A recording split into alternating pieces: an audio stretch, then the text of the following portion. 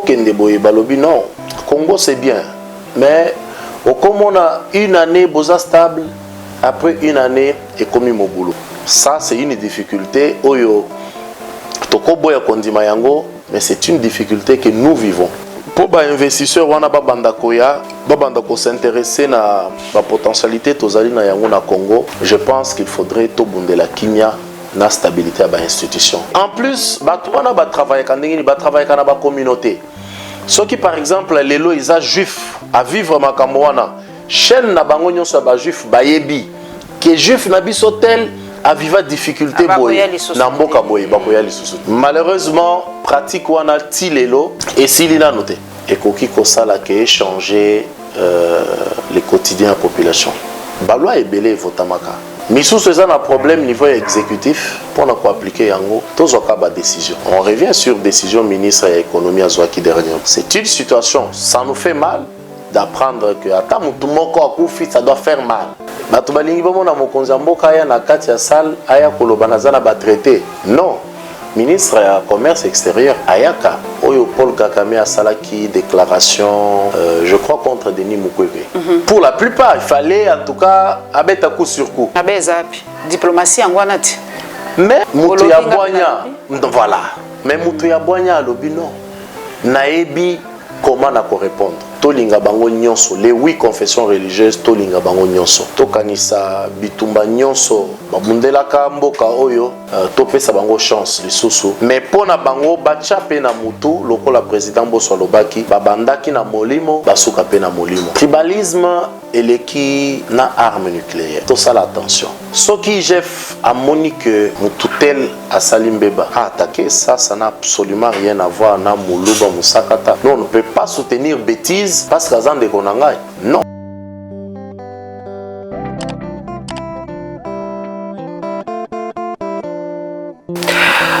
Esengo mingi ya kokutana na bino bande konangai lelo na ye na solola na papa député bino moko boyebi que mosala député zali mosala ya bwania mais baimbo kapé mingi bazali ko komilela balobi ba député bazalaka mingi soki basi bakomi na mosala wana babosa na kabango bazonga ka lisusu te na ba base na bango osala ba compte rendu ko solola ko tika en contact na ba votaki bango lelo na ko soana papa Kalonji na ko lingana ye ba soki penza ya zongaka kutala ba oyo ba votaki ba activité na ya salaka nini pe to kolobela bino moko boyebi masolo ya mboka makambo ezali koleka na Assemblée nationale makambo ezali koleka na kati ya mboka na biso to kosolola na ye kokanga ye na mosala apesi biso mwa tango po to solola na ye longo esengo mingi papa Kalonji ya kokutana.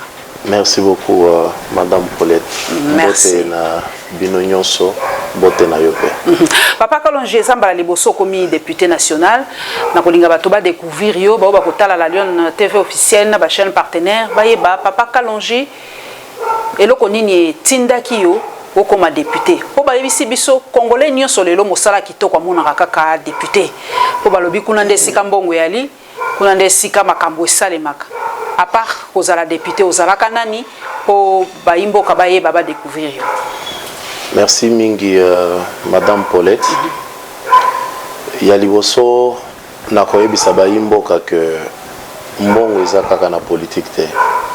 Je pense que bao bazo kanisa que musala ya kitoko ya kosala ezaka na politique ezaka kozala député bazo mikosa. Kozala député eza responsabilité. Pour la député ya solo. C'est une responsabilité. Eza charge makasi.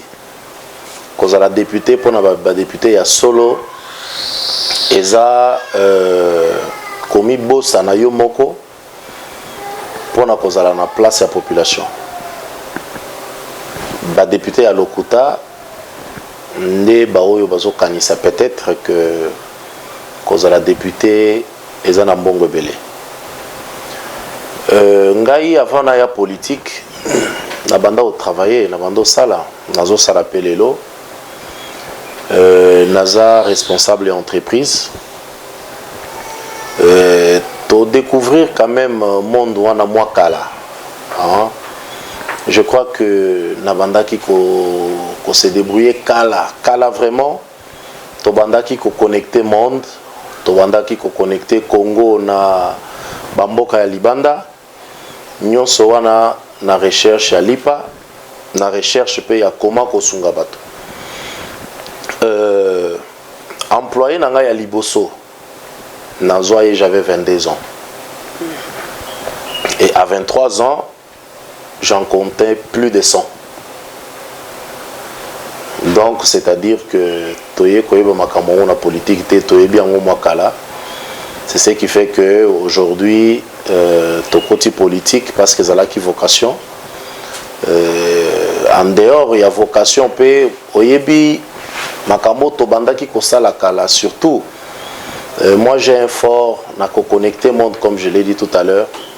Connecter monde c'est que na milieu il y a internet, il y a deux non, pas na milieu il y a internet, ezalaki na ba milieu il y a investisseurs. Ah, investisseurs. OK. Na ba projet à développement. Okay. Alors biso to bandaki ko travailler na ba projet belé à développement na ba mboka ebele. Na kolongwa awa na ke na mboka mopaya par exemple na ke to tenir ba conférence nazo présenter par exemple Congo potentialité à Congo na o Italie par exemple le café. Toté yango bapaya finalement va comprendre sur 500 personnes au comme na mokomi balé va s'intéresser na Congo. To sali yango na énergie, to sali yango na ba secteur ibelé. Pour na copier ça yo exemple lancement ya projet à Inga 3. Je me rappelle les alaki na 2013 ou 2014. Bamboka ebele tokutana ki na Grand Hôtel dans les temps.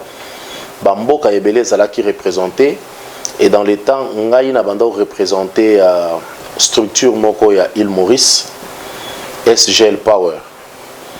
Avec SGL Power biso to présenta ki 9000 MW dans le temps. C'est moi qui avais présenté ça d'ailleurs. Mais bamboka misusu net Afrique du Sud est présenté ki 4500. Bon, parce que ça l'a équipé, moi, par montage politique et tout, on était obligé de lâcher. Il y a qui proposé, tout s'occuper d'un transport. Et puis, la Sud-Africaine, qui marchait. C'est pour dire que Makamongo, Tobandi, qu'on s'intéressait dans le Kala. Donc, ils ont babilo ko ebele to sala pour Namboka Oyo. C'est pour dire, bref, que Nazo Sala, politique, et ko bakisama na liste ya Oyo Tozali ko sala. Mais Tozali quand même bateau bazalaki na makambo mosusu. Papa Kalonji, tu m'as mis la puce à l'oreille de balobara le poteau, au lobby makambo ba investisseur. Pelo ko salinga pasi na o nyuso lobby Afrique du Sud et gagner marché. Est-ce que mboka na biso République démocratique du Congo, est-ce que zali agréable na miso ba investisseurs étrangers et loko nini salaka ke biso mingi to perdaka ba marché ngo lobby ba investisseur balinga koya na mboka na biso te et loko nini et marchaka te pona nini mboka na biso za na image ya malamu te liboso ba investisseur. Merci madame, je crois que naza quand même na moi connaissance na makambo ebele parce que j'en ai quand même fait une carrière, j'ai fait ça ma vie, c'est ce que j'aime faire. Je pense que ça et loko na continuer ko sala na politique la paix ko sala yango wana. Ngai depuis na silisi classe na tikala ko sala demande d'emploi CV na tikala ko tsango quelque part. Depuis na tikala na silisi classe, j'ai été formé dans ça, ba juif ndé ba formanga et je connais le faire. Alors, mboka na biso parfois instabilité politique ndé zo sala que investisseurs bazala na problème ya koya awepa na biso, les vrais investisseurs, parce que dans la plupart des cas beaucoup kende boye balobi non Congo c'est bien mais au comme on a une année boza stable après une année et commis mon boulot, ça c'est une difficulté oyo toko boya kondima yango, mais c'est une difficulté que nous vivons.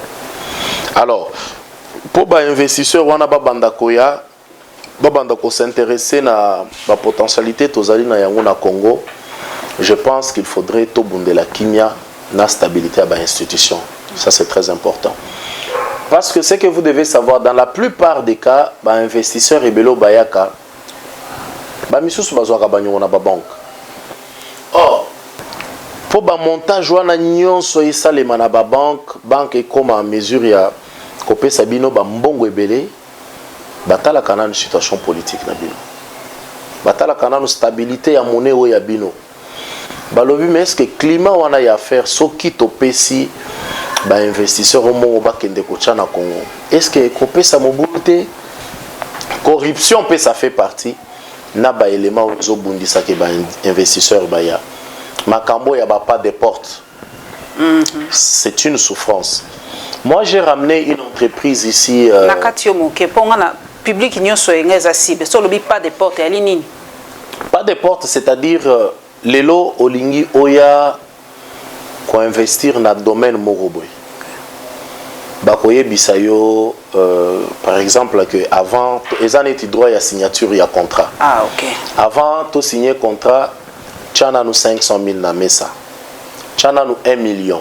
Je sais ça légal ezali légal yango wana nde na lingi na lobela bien que natangi yango te mais je pense et je sais que côté ya bamine eza légal mais na ba secteur misusu ba réglementé na nu yango te.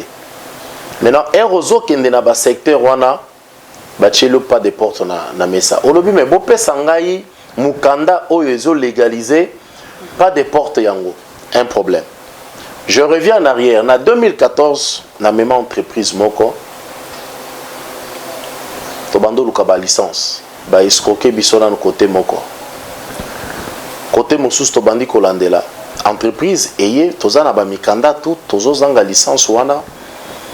Et puis ba conteneur na ba conteneur eza déjà awa ya biloko po to banda ko sala misala. On avait plus de 8 conteneurs et telemi eza na limité. On a fait 2 ans. Oh. Bazo senga biso $500 000, il n'y a pas de porte.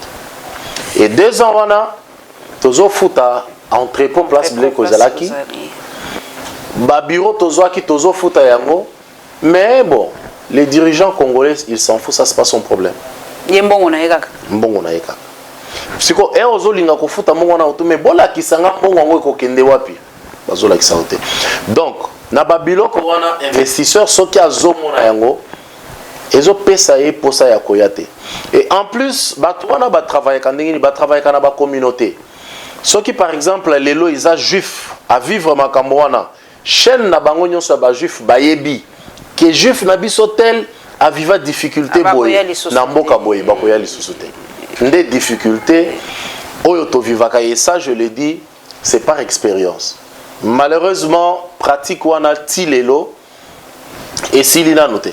Er moko ezalaka muto avant même ayako azo réfléchir nanu ayako investir et loko ya liboso bazo poser ye mais biso to kolia ndengeni. Non mais ce que olingolia allons-y investissons sur le temps. Non ye eza aloni lelo abuki lelo allié lelo. Papa Kalonji, mais comme il député eza un problème très sérieux. Mais pour nous avons sa proposition de loi par rapport à la situation. Pour ça domaine na yolobi okotika ngote. Ouais. Non. Pour nous avons proposé la loi par rapport à la situation. Naza na kati ya ko travailler na yango. Je crois que à ce jour naza déjà peut-être na 80% ya musala. Mais musala nyo c'est intellectuel avant de révéler yango comme ça fait partie na ba principe nanga. Il faut na se faire critiquer. Donc là, en ce moment, Nazana Katia peut se faire critiquer pour être sûr que Tokobimisa Fui Moko ya bien. Nazana Posa to réglementer secteur parce que moi j'ai eu beaucoup de difficultés et puis je connais beaucoup d'investisseurs dans le monde au besoin qui a des difficultés belé. Kolela na bango ya. Et il y a les gens bazana ba moyen ya koya ko tchana mboko. Mais difficulté wana pour na bango bazolo ba malamu to investir ba place misusu. Place misusu kena Congo. Donc biso ezalaka soki o sali voyage moko au pays, il faut au moins comment téléphone ezole la ba investisseur balingi bakutana na yo. Mais soki bakutani na bino climat o ya biso ezo permettre te.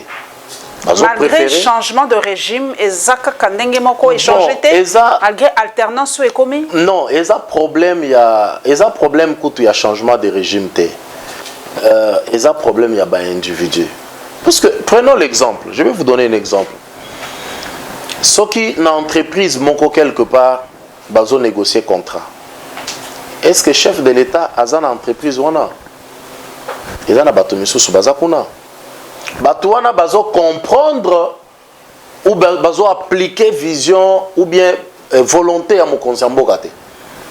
Pour ça, il y a des investisseurs baya. Mais makambo bango bazo sala pona ko faciliter yango ya zo yeba yango te batupe o bazana kacho bazo mona bazana courage ya ko dénoncer yango te. Je crois que c'est un problème que nous avons vécu et que nous continuons à vivre. Alors esengeli biso batu oyo tozo entourer mokonzi to changer bizaleli pour to aider mokonzi mboka. Papa Kalonji, 3 ans déjà, aux alliés député national, et lui à Tchangou, hein, ce qui n'a... Oui, na Tchangou. Voilà. Bana baimbo kabaza ko se plaindre mingi. Balobiso ki bokekuna, ozaraka kapona mabumu na bino, ba intérêt na bino, bobosana kabango et tout ça. 3 ans déjà yangoyo. Ba proposition de loi, ba loi nini bino bosi bosali o ekei penza na intérêt à population. La population baningi baye ba kolandanga baye ba bosali déjà loi nini o et alléger situation na bango to et améliorer vécu quotidien na bango. Oyebi maman Paulette wana ezape musala na bino bapanzi sango il faudrait moko pe bo edaka biso bo aider pe population. Je pense que ba loi ebele esi evotamaka ba loi ebele mais misusu ezozanga application na yango misusu ezozanga suivi na yango ba loi ebele sur tout ce que nous sommes en train de vivre aujourd'hui. Oyo ekoki kosala ke échanger les quotidiens à la population. Ba loi ebele votamaka. Misusu eza na problème niveau exécutif pour na ko appliquer yango. To kende kutu to chana no kutu ba loi pembeni. To zoka ba décision. On revient sur décision ministre de l'économie azwaki dernièrement. Pour na ko kitisa prix ya ba denrées alimentaires. Vous savez combien de temps décision on a ezwaki pour ba exécuter yango. Lelo kutu on apprend que ils ont continué à souffrir. Application ils ont continué à souffrir. C'est là nous avons un problème. Tout tourne autour ya biso bato. Assemblée nationale éco voté loi. Président a promulgué yango.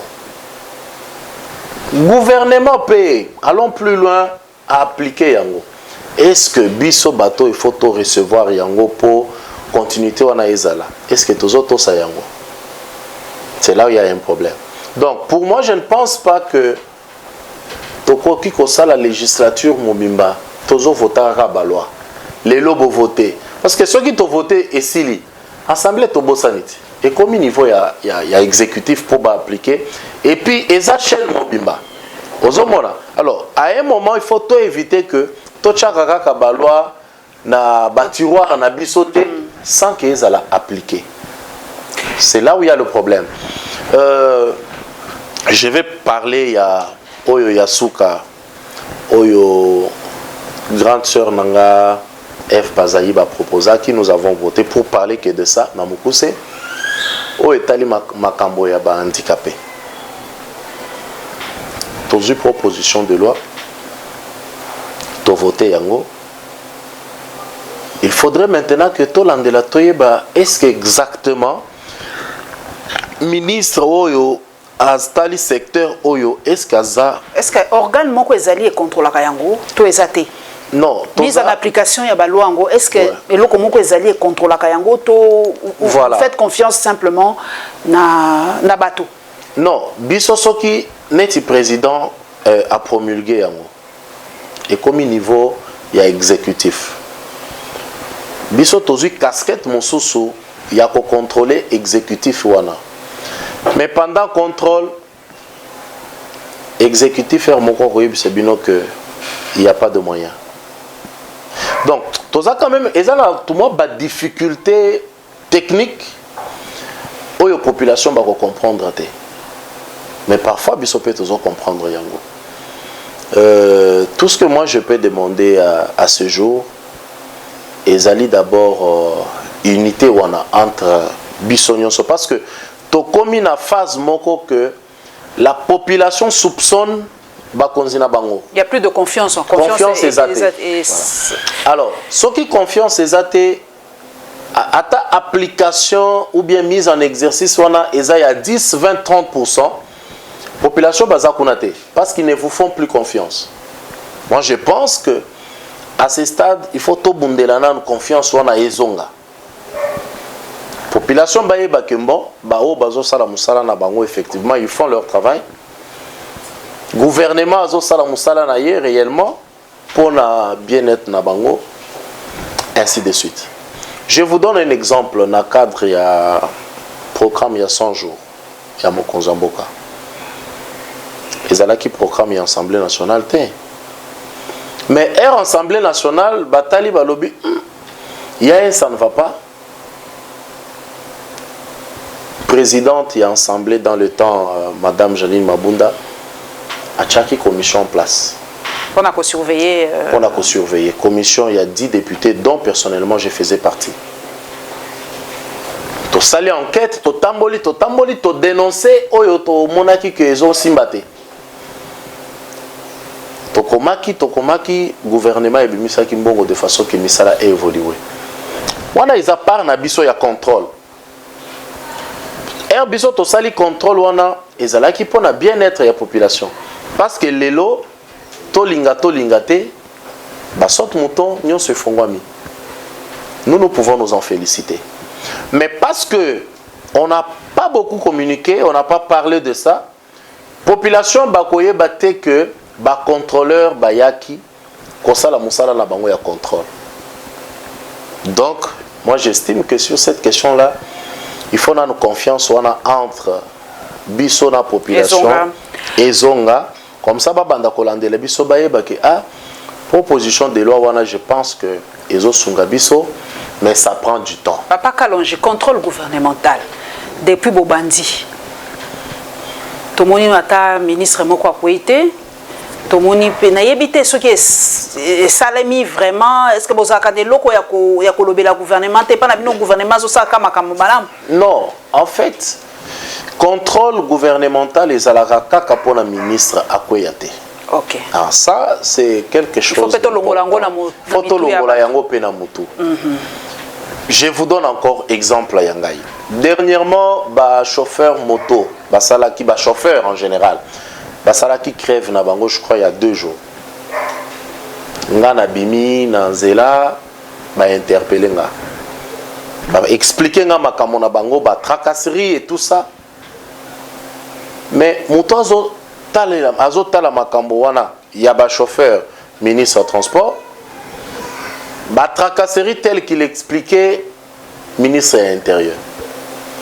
Tokomeli ministre de l'Intérieur, comme Aza quand même l'icolo ya transport, pour la kosenga acha en groupe a convoqué réunion na ba kambignon sur le secteur, ameka ko résoudre le problème na bango.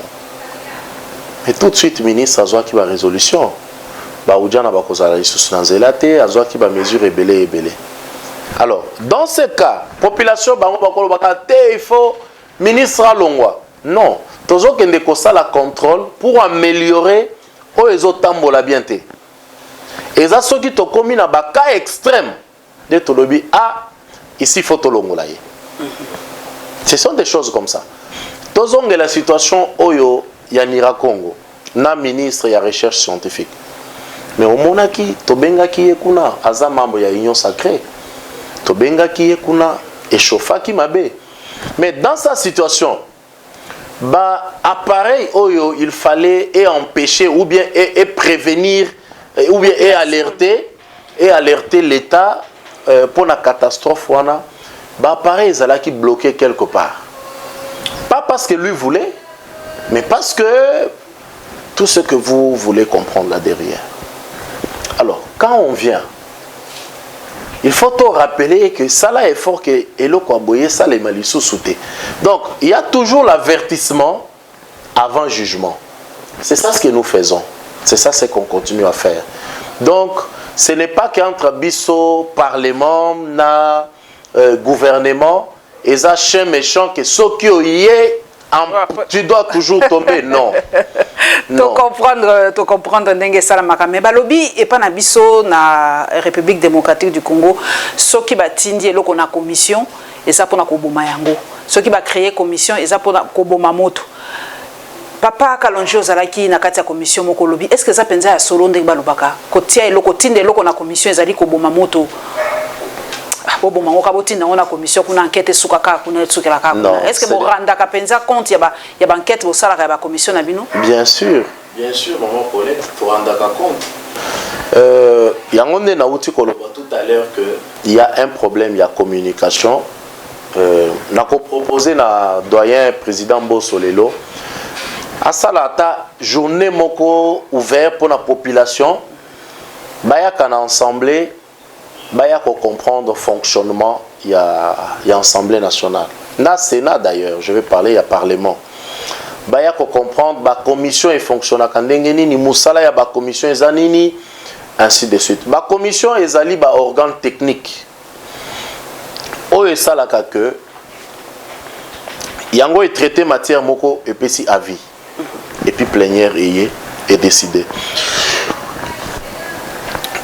Il y a une infrastructure, parce que j'aime parler à infrastructure. Il y a la commission infrastructure. Ok. Ce qui te montre que l'Ikambo est compliqué.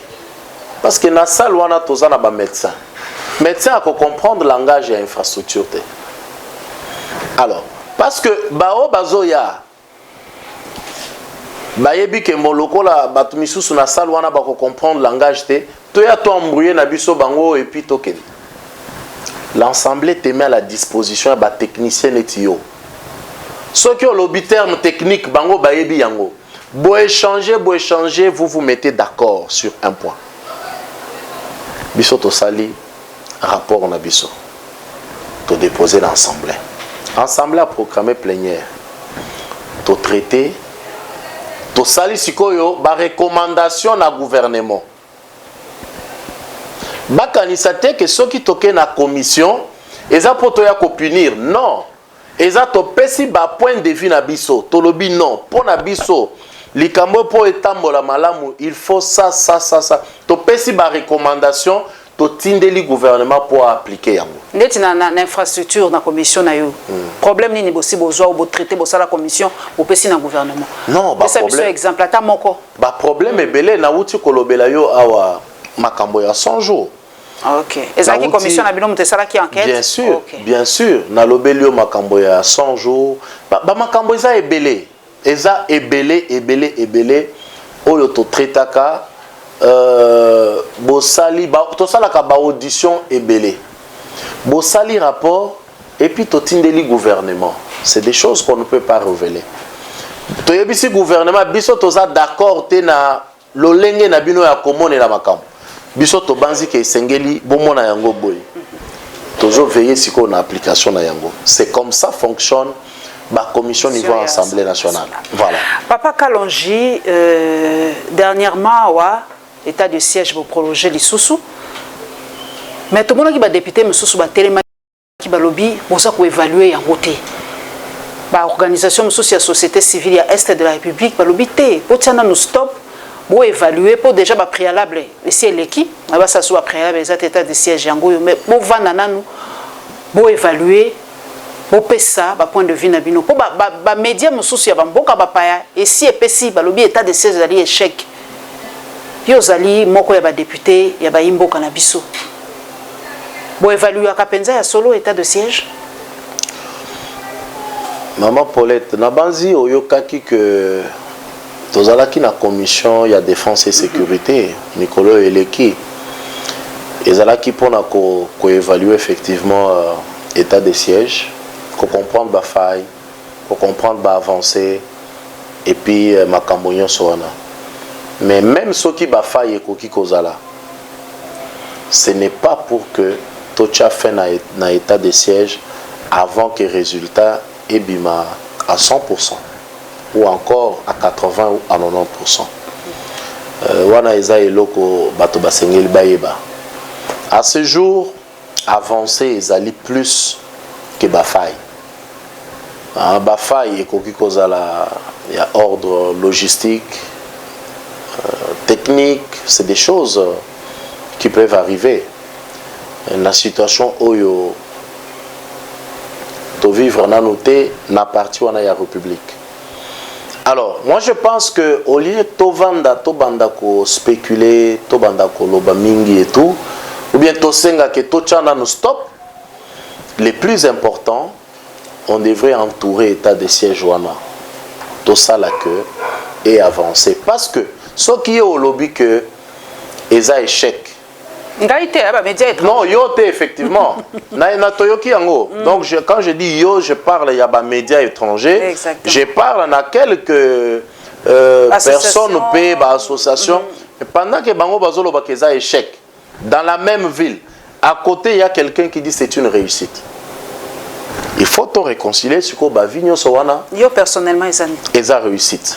Pour Nangaï. Ils ont réussite parce que Toyokaki quand même moi ba déclaration à gauche à droite. Oyo Moko ezo bangi sapé biso. Mais moi j'ai toujours dit que la personne à ce jour la mieux informée sur cette question est la présidente de la République. Je ne pense même pas que biso nyonso toyebi likambozo salema na cadre d'état de siège à 100%. Non. Il y a toujours des choses qui y a yebi. Côté Bafaï, Papa Kalonji, Batumi Balobi, mon réseau continue kaka. Dernièrement, image c'est extrêmement choquante. Comment on doit comprendre que tu es en état de siège, gouverneur militaire Bazali, tout ça, mais mon réseau continue. Et Balobi et yé les sous koleka pour nga natanga ke lucha lobi et yé les sous koleka que dans l'état de siège ezala kité. Maman Paulette, oyebi soki muto azo bela. Azo zo traitement. Alinga bika. Maladie comme Kalisu makasi. Okomona maladie comme makasi pendant la journée na poko muto abiki. Eza neti douleur d'enfantement. Yo zamwa si na quoi prendre yoté. Mais après douleur d'enfantement nini yaka esengo. Obandi kota la mwana ozo sepela. To uti la situation moko très compliquée. Batuba kanisate que c'est diti kotak makambo pe batuba non. Non.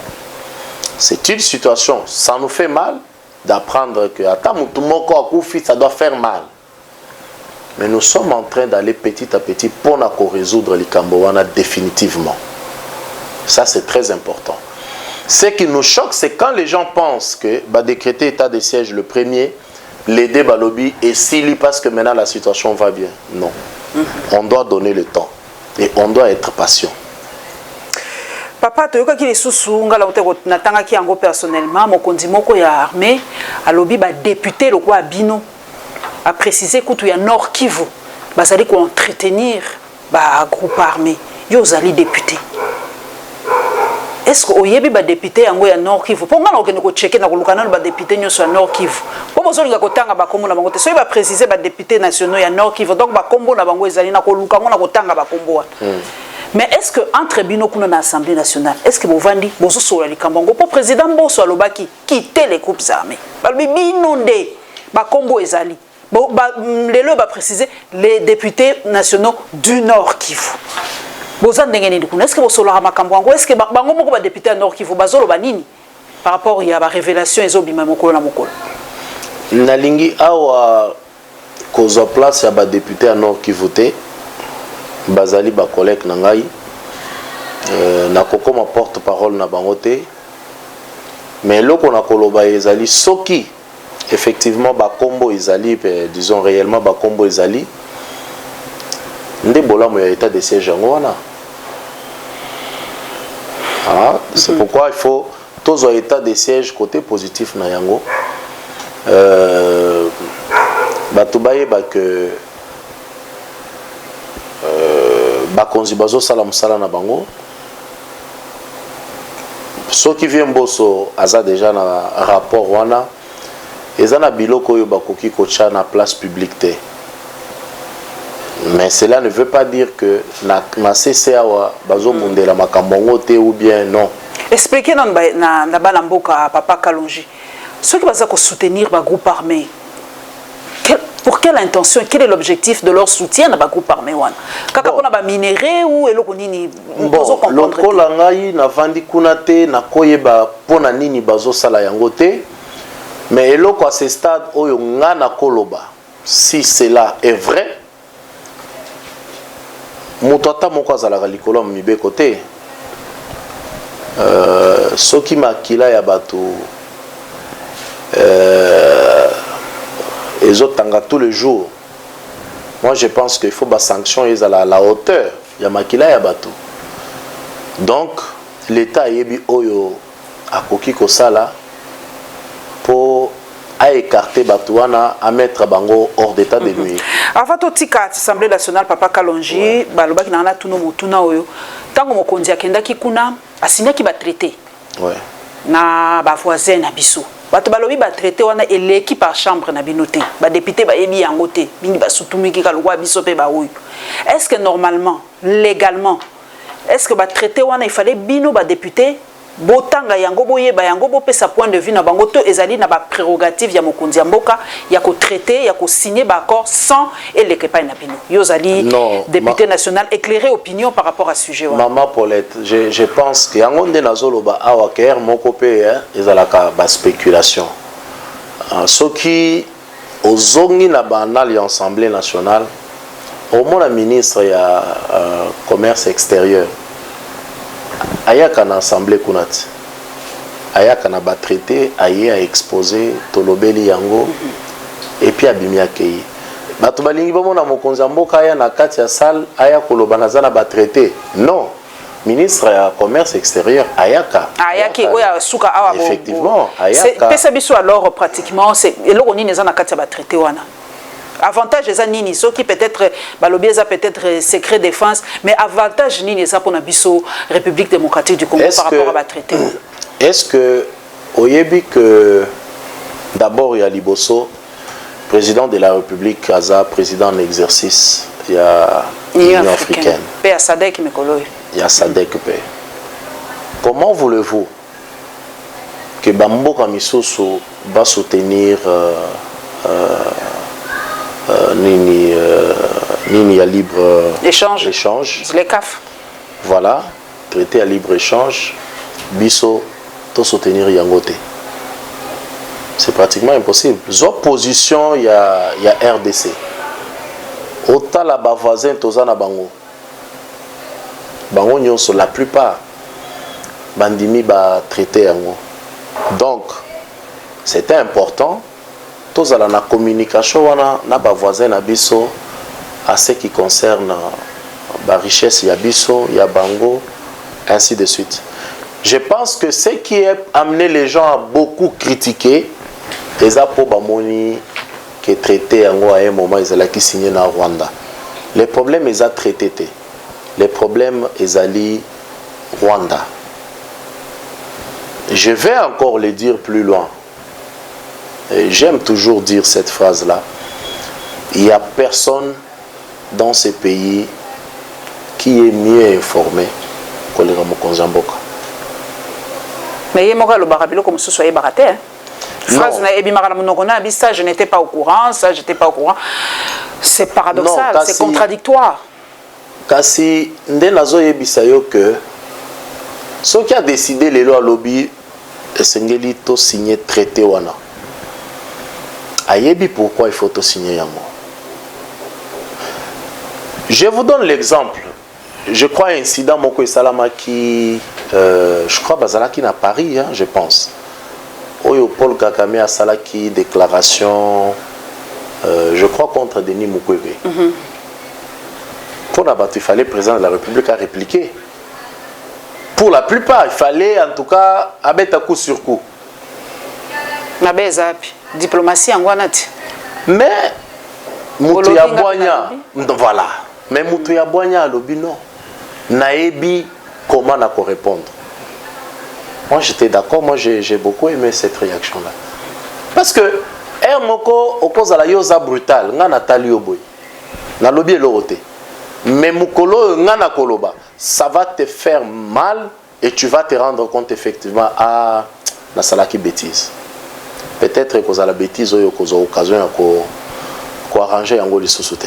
Donc pour nangai je pense que batoba spéculer teza juste ba spéculation ou bien ba misusu balingi ba loba lokola peut-être bazangi loko koloba. Il faut pas, les gens doivent prendre d'abord le temps, il y a qu'à vérifier avant de parler. Mais en voulant le faire, baïba qu'il reste le magistrat suprême, il y a des choses qu'il connaît au bisoto yebite. Papa Kalonji, siko yo to kotana na misala na yo moko. Bato mingi ba se plaignaka, boyaka pa na bango na campagne, lobeli bango maloba sukali, ba voter bino après tout la mouissi azaza. Bozonga asute ti na campagne prochaine. Papa Kalonji, ozana kati ya catégorie ya ba député ya modèle wana?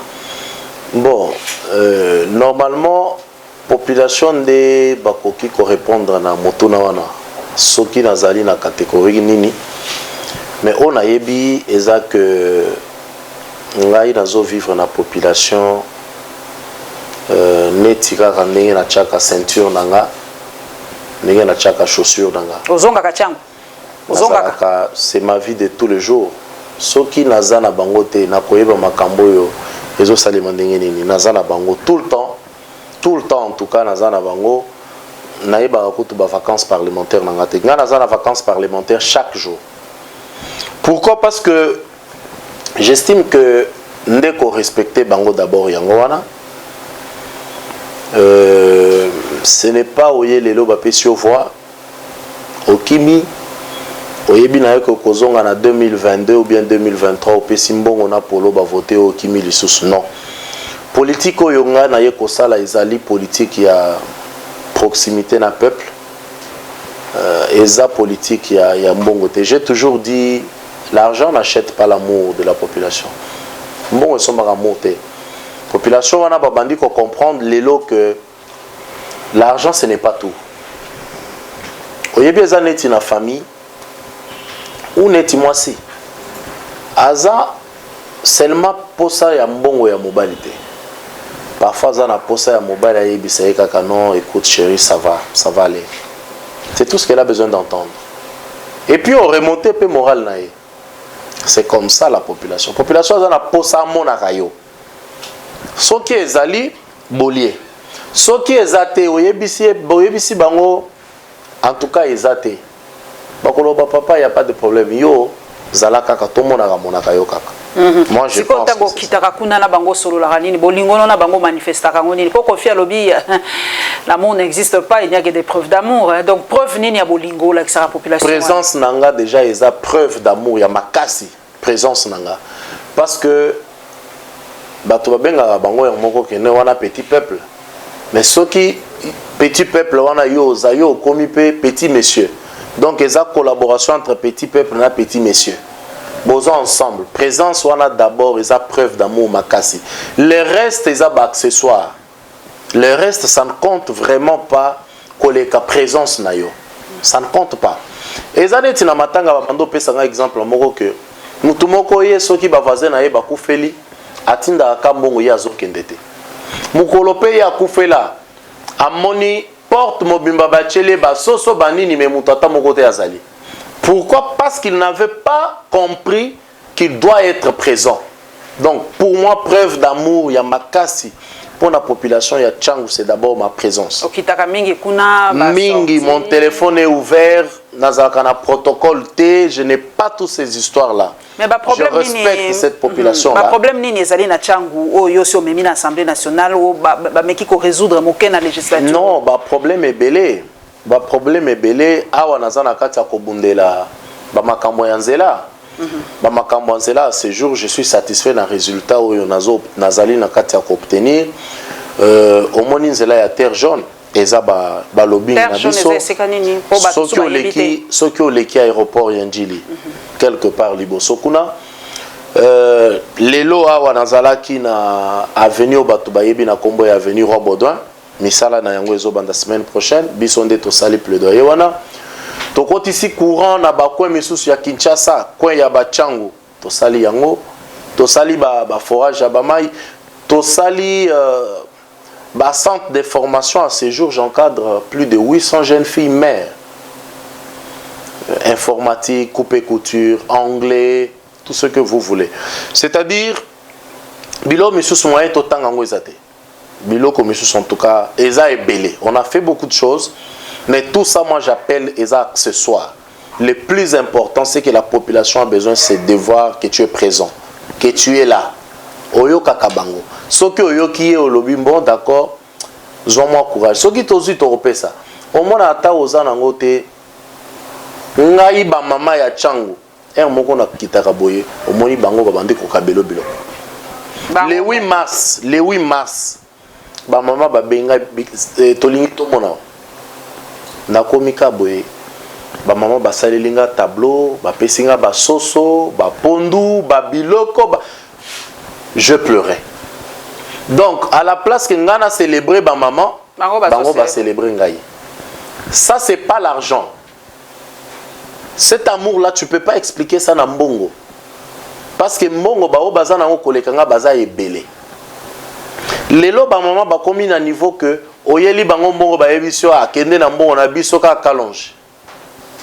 Pourquoi? Parce que tu es là. Ata opesa ka bango te. Ça c'est très important. Voilà, donc pour na bao bazo kanisa que tokoya na Mbongo lobby. Ah, ils doivent savoir que ça devient très compliqué. Tout ça, Koko, Maleme, papa, tous les sujets, Moussoussou, c'est papa Kalonji. Mais il y a postulé pour la 2023. Pour la population de Tchango, mais l'élection, ça se prépare. Mais l'autre, comme en 2021, quoi sur quoi. Donc, ils ont coulé. Lobby, tout le monde qui. Si confession religieuse, sans église catholique, sans église protestante, qui est présenté à Bango candidat. Population qui est le responsable? Il y a blocage. Église catholique, na église protestante, le kola dodo kamba lobby bazolanda makambola muka ezako yebisa bango. Yebisa nano ba ichangu po bazo zéro na 2023. Blocage ezako. Maman Paulette ngai na ko aborder yango na lolenge wana te. Naza moko ya baoyo bazo kanisa que c'est encore possible. Naza moko ya bao bazo kanisa que divergence nyonso ça a toujours été na vouloir bien faire. Ce que omoni bato bazo soit sur un point, c'est-à-dire les deux veulent bien faire. Mais bazo bunda sur les détails. Église catholique ezali église nabiso ECC eza église nabiso ba église de réveil misusu bazali ba église nabiso ngai na koloba lokola président Mbosso alobaki ba bandaki na molimo basilisa pe na molimo nzoto ekota na makambo yango te. Je crois que ba solliciter haute sagesse ya président de la République, c'est-à-dire traverser dans nos lignes rouges. Ah, espoir ezali nanu. Espoir ezali nanu. Qui sait si après rencontre na bango na mokonzi mboka bakoya bayokani makambo etamboli. Donc moi je pense que tout se jeter nanu na au-delà ya ligne rouge te. Je crois encore. Tolinga bango nyonso, les 8 confessions religieuses tolinga bango nyonso. Bazali ba église na biso. Tokanisa bitumba nyonso babundelaka mboka oyo topesa bango chance lisusu mais pona bango bacha pe na mutu lokola président Mbosso alobaki babandaki na molimo basuka pe na molimo. Peuple tozotalela bango, peuple tozotala place nini bakosukela. Je pense que soki tokomi point wana nde biso en tant que ba élu à peuple wana tokokata likam. Mais c'est des très grands responsables. Moi je crois encore que Ata déjà dépassé 99% il y a désespoir. 1% on a tokoki. Mais aux alliés élite ya mboka langa ndenge to bengaka. Est-ce que na avenir papa Kalonji? Est-ce que faut to continuer quand na seni pour la élection? Kastoko to sala ndenge nini. mécanisme sous ces alités en dehors ya CENI pour organiser ba élection. Nyonso wana ezali pour réfléchir na pour tozomona ba problème ezo continuer ba problème ezali comme je l'ai dit tout à l'heure, c'est tout simplement la volonté de bien faire, de vouloir bien faire parfois qui divise les gens. Tokosuki ça na sujet mosusu bandeko sujet za ko sala pasi les susu na bana mboka Congo tribalisme tokosi ça te sans que to lobela yango balobi tribalisme na ye makasi tribalisme na produit wana ezanini bombe ya ba lobela yango tokosuki ça na yango papa balobi et c'est cristalliser lelo na CENI par rapport ya muto balingi batia na CENI papa Kadima papa Kalonji tokopesa na biso bekolo abato tenga komo nanga kimuntu ye komo na ye Kalonji bino moko bo situé place tozali mais pour la nini lelo komi makasi pour la nini lelo komi cristalliser boui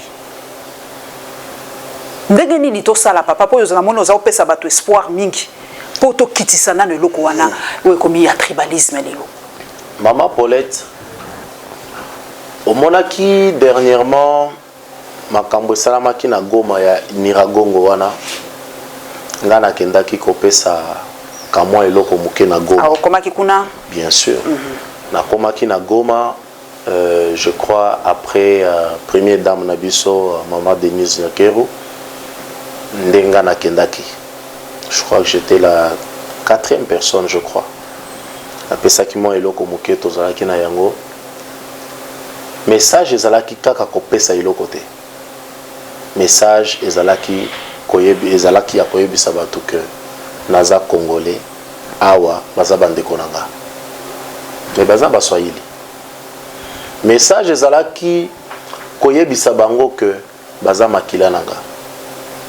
Jour moko na ke restaurant na koti kaka boye na moni serveur moko azo ya vernga azo lo balanga na swahili lobi honorable na yeki kopesa ka merci. Oyebi ke makambo tu ko sala na Goma kuna na famille wana famille nanga pe ezali. J'ai dit waouh, merci beaucoup. Mais na kendaki ko sala yango na yeba kite. Mais natika ki kasai na ke ko sala kuna. Alors, lelo tribalisme eleki na arme nucléaire. Tout ça l'attention. Na uti ko organiser festival moko yo babengi kimia na bomoko ezalaki na plus de 5000 ou même plus de 10 000 personnes au bayaki tolakisaki bango que tribalisme ezali mabe tolanda tribalisme te muluba azandeko na yo muswahili azandeko na yo musakata mukongo ton message contre tribalisme. Boyoki tribalisme ezo matana kati ya mboka na biso boyote. Bana fati beton bote.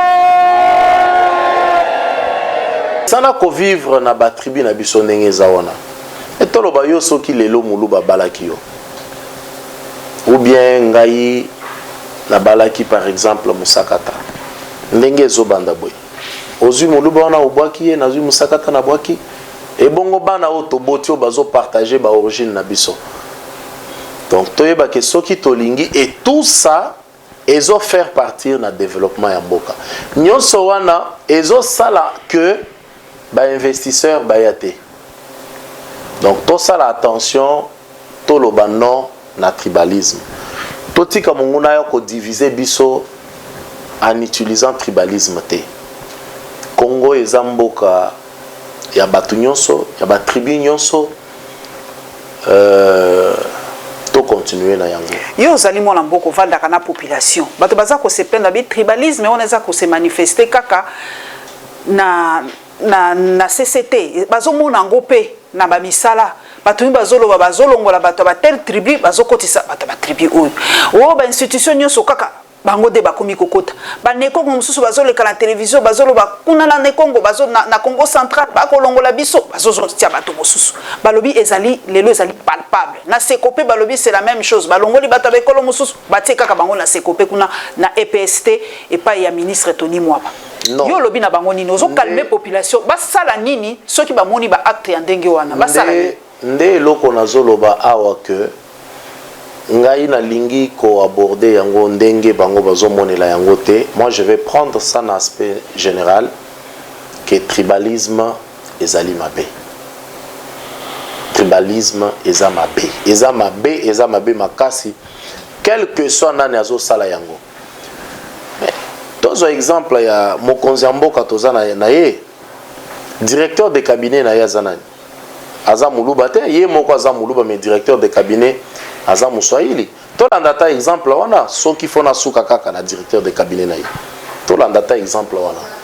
Ce n'est pas que yo soki oza muluba directeur de cabinet muluba boye boye non. Ou bien batobazo ça n'a pas de sens. Ou bien soki oza mukongo ou bien soki oza ce sont des choses oyo et sengeli bisonyo soto combattre. To combattre yango c'est très important. Tala na Assemblée nationale. Directeur de cabinet adjoint ya président Bosso. O aza mutu à côté mosusu. Aza kasayen, mais il aza kasayen te. On moni que mbalamoko tribalisme eza écarté et pas naie. To apprendre qu'au vivre na batou, c'est important. Mais place ezali to combattre yango. Papa ni nakotika susu yango po phénomène mosusu ki susu ko cristalliser yango. Moi bitumba oyo natie yango entre guillemets entre IGF na ministre EPST. Ngai naza o na vivaka na ba réseaux sociaux na mona ka ba réaction ya bato. Et bimi lelo ke lokola Tony Mwabazaki ya Kasai ba Kasai nyonso ba soutenir Tony Mwaba lokola IGF azalaki moto ya Grabandundu ba Tony nyonso bandundu bazaki ka pour IGF. Et cristalliser penza esali penza bongo. Mais yo zali mwana mboka ya Bwania na dossier wana entre IGF na Tony Mwaba. C'est vrai que bazui déjà arrangement solution et mon ami. Mais cristallisation peut bien. C'est quoi est-ce que tu banda ko soutenir mutu par rapport à la région naie, to par rapport à likambo asali en toute logique. Oyebi IGF azo sala musala ezo monana. Lelo na ko profiter caméra na yo na yebisa batu que IGF c'est une valeur sûre, une valeur oyo esengeli to protéger na mboka na biso. On ne les soutient pas, on ne les protège pas parce que azamutu ya soki wapi. Non. Soki IGF a moni que mututel a salimbeba a attaqué, ça n'a absolument rien à voir na muluba musakata. Non. Non, on ne peut pas soutenir bêtises parce qu'azan de konangai. Non. Mais ceux qui peuvent de konangai wana asali bêtises te et que balobeli yango. Na soutenir te parce que bakolobazo soutenir. Voilà. Donc pour nangai, IGF fait son travail, il fait un bon travail. Lelo a kotisi bobangi na bato bazo ko kalisusu ko diriger te par peur que bakanga bango. Ça c'est ce que à un moment on n'avait pas. Bato babando bomana po ba gérer ba institution. Alors ceux qui IGF a sali yango, nous lui devons beaucoup, nous devons le protéger. Babi misaye na conflit wana tribal wana. Babi misaye. Ceux qui tolingi to protéger et to bimise na biloko wana. Les jours to kotika ye na biloko wana, on va le regretter et rakozala lisusu wana te. To ko regretter ye. Donc to chaye musika. Tochaye vraiment musika alonga na babiloko wana totika ye asala musala na ye na kimia po tozwaka résultat ndenge tozali kozwa yango lelo. Dossier ya suka penza bombe. Bombe za mabe na uti kolobela yango lelo. Lobeli yango na bana changu. Na lobeli yango na bana changu bakangaki déjà misusu d'ailleurs. Na yebisi bakonza la police batika na no bango. Bakangana no bango parce que bango faut balakisa biso place oyo basala ka yango me balakisinga kisi moko oyo batekaka na ba pharmacie balobi apparemment basala la kisi wana effectivement donc na lancaki message na ministre na biso ya santé que c'est le moment oyo esengeli a lancé déjà message na ba pharmacien basunga biso bateka kango lisusu te sans ordonnance ou sans non même ba ordonnance on a ba comment misale la ba ordonnance faut qu'on renforcer mécanisme parce que yango wana ndezo ya ko détruire jeunesse na biso bazusko jeunesse wana déjà détruite ba utiliser bango ba opposer ba bikolo et ça ne fait plus du bien ekoede mboka na biso te. Donc pour ngai eza mabe makasi na sengi ba jeune nyonso ya république to utiliser kabiloko wana te. Eza mabe makasi. Papa Tony na ba Papa Tony ba Tony moi ba merci pour la yo pour kombono kota kinga ministre EPST. Dossier na yo na moni déjà caragement et to solo li bandeko to sali tour d'horizon ya ma solo nyonso actualité nyonso ya mboka na sepeli mingi. Merci loko ya mbinga na cadre no ya Mosala. Bokolanda e na la Lyon TV officielle pe na ba chaîne partenaire. Merci na fidélité na bino bandeko na ngai. Nzamba benisa bino, abenisa pe papa Kalonji, abenisa pe biso, équipe Mobimba ya la Lyon Télévision officielle. Tokomona na mbala ya sima. Merci. Merci.